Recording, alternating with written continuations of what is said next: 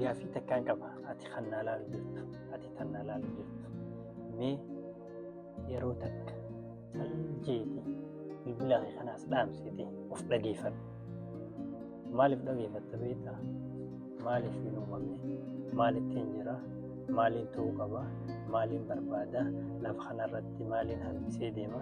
Seenaa tiyya akkamittiin galmeessee deema? Maaliifiin jiraachuutti jira? Maaliin ta'uu barbaadaa fuula dura hanqa lubbuun sirraa baasutti akkam akka ta'uu barbaaddu? Maal akka hojjechuu barbaaddu? Iseen akkana jiru kana hundaa'uu rabbiitu harkaa qaba.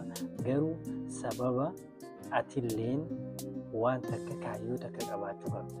Namni keenya baay'inaan kan jiraatu kaayyoo isaa galmaan gahuudhaaf kan tokko rabbii milkeessee fi kan jabaatee kan disipliinii yookiin irra deddeebiidhaan kan harka hin kennine malee akka jirutti keessattuu dargaggeenya keenya ammaa dargaggoon keenya akka jiranitti waan takka yoo eegalan galmaan gahuu hin dandeenye. Maaliif jennaan yoo guyyaa tokko godhe fiilingii isaa sallaalee oolii isaa irra dadhabeetiin jira. Har'a fedhii hin qabu. Silaa waan godhuu qabu san kan kaayyoo isaa san dhiiseeti waan biraa harkaan oofaa jechuudha. Saniifuu mee kun anaafis gaafii isiniifis gaafii maalirra jirra ja'atii of gaafadha.